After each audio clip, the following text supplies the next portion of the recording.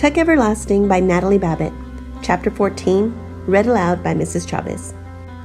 Vocabulary: shrill, high-pitched sound. Chapter 14. There had been nothing for the Tucks to do but go to bed. It was too dark now to go out looking for the horse thief, and anyway, they had no idea when he had done his thieving or which way he had gone. "That beats all, though, don't it, Pa?" said Jessie. "Coming up to a person's house and stealing their horse right from under their nose?" "I got to give you that," said Tuck, "but the question is, was it just some ordinary thief, or was it someone that had some special reason? I don't like it. I got a bad feeling about the whole thing." "Hush now, Tuck," said May. She was spreading a quilt on this old sofa, making it into a bed for Winnie. "You're too much of a worrier. There's nothing we can do about it now, so there's no sense in fussing. You got no reason to think there's anything peculiar about it anyway. Come on. We'll get a good night's sleep and figure it out in the morning when we're fresh. Boys, up you go, and don't get talking. You'll keep us awake. Winnie, child, you go to bed. Down too. You'll sleep first rate on the sofa here." But Winnie did not sleep at all. Not for a long, long time. The cushions on the sofa were remarkably lumpy and smelled like old newspapers, and the chair pad May had given her for a pillow was thin and hard. And under her cheek, but far worse than this, was the fact that she was still in her clothes, for she had firmly refused the offer of May's spare nightgown, with its seeming miles of faded cotton flannel. Only her own nightgown would do, and the regular bedtime routine. Without them, she was painfully lonely for home. Her joy on the road that morning had completely disappeared. The wide world shrank, and her oldest fears rolled freely in her consciousness.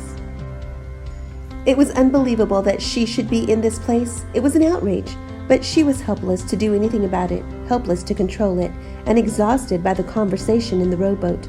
Was it true? Could they really never die, these Tucks? It had evidently not occurred to them that she might not believe it. They were only concerned that she should keep the secret. Well, she did not believe it. It was nonsense, wasn't it? Well, wasn't it? Winnie's head whirled. Remembering the man in the yellow suit was the only thing that kept her from weeping. "He's told them by now," she thought, rehearsing it. "They've been looking for me for hours, but they don't know where to look. No, the man saw which way we were headed. Papa will find me. They're out looking for me right now." She went over it again and again, lying wrapped in the quilt, while outside the moon rose, turning the pond to silver. There was a hint of mist, now that the air was cooler, and the frogs talked comfortably. Crickets soon joined in with their shrill, rhythmic song. In the table drawer, the mouse rustled softly, enjoying the supper of flapjack crumbs May had put in there for him, and at last these things were clearer in Winnie's ears than the voice of her thoughts.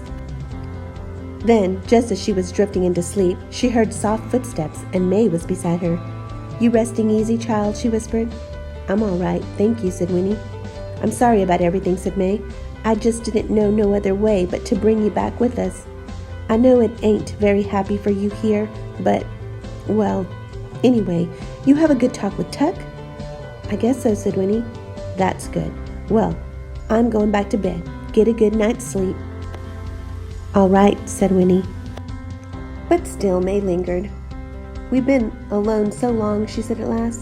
"I guess we don't know how to do with visitors. But still and all, it's a good feeling you being here with us. I wish you was ours." She put out an awkward hand then and touched Winnie's hair. "Well," she said. "Good night." "Good night," said Winnie. Tuck came to a little later to peer down at her anxiously. He was wearing a long white nightshirt, and his hair was rumpled. "Oh," he said, "you still awake? Everything all right?" "Yes," said Winnie. "I didn't mean to go disturbing you," he said, "but I've been lying there thinking I ought to be sitting out here with you till you went to sleep." "You don't have to do that," said Winnie, surprised and touched. "I'm all right. You look uncertain. Well, but if you want something, will you holler? I'm just in the next room. I'll be out here like a shot." And then he added gruffly, "It's been quite some time since we had a natural growing child in the house." His voice trailed. "Well, try to get some sleep. That sofa there, I guess it ain't the kind of thing you're used to." "It's fine," said Winnie. "The bed's no better, or I'd switch with you," he said. He didn't seem to know how to finish the conversation, but then he bent and kissed her quickly on the cheek and was gone. Winnie lay with her eyes wide. She felt cared for and confused, and all at once she wondered what would happen to the Tucks when her father came. What would he do to them? Would he never be able to explain how they had been with her, how they had made her feel? She remembered guiltily that at supper she had decided they were criminals. Well, but they were. And yet... And then a final visitor made her confusion complete. There was a creaking on the loft stairs, and Jessie was looking down at her, very beautiful and eager in the faint blue moonlight. "Hey, Winnie Foster," he whispered.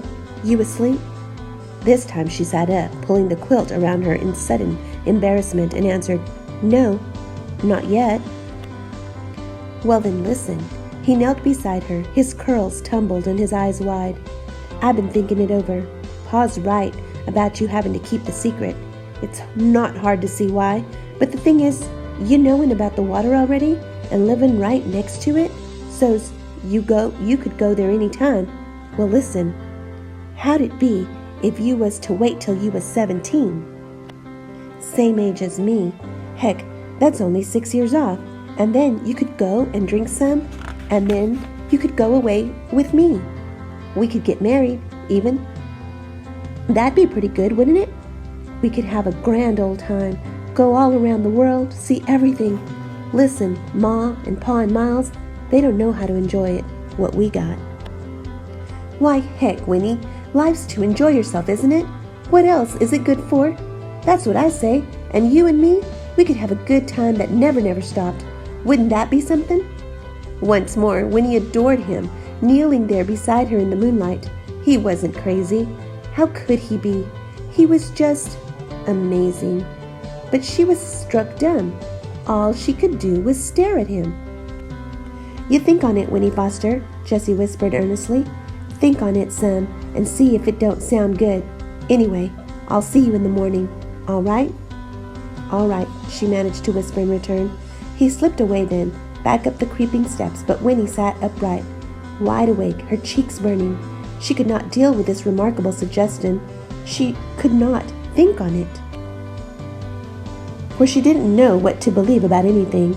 She lay down again, finally, and stared into the moonlight for another half hour before falling asleep. Questions. 1. Why didn't Winnie want to use May's nightgown? 2. What did Jessie suggest Winnie should do? 3. What do you think will happen next?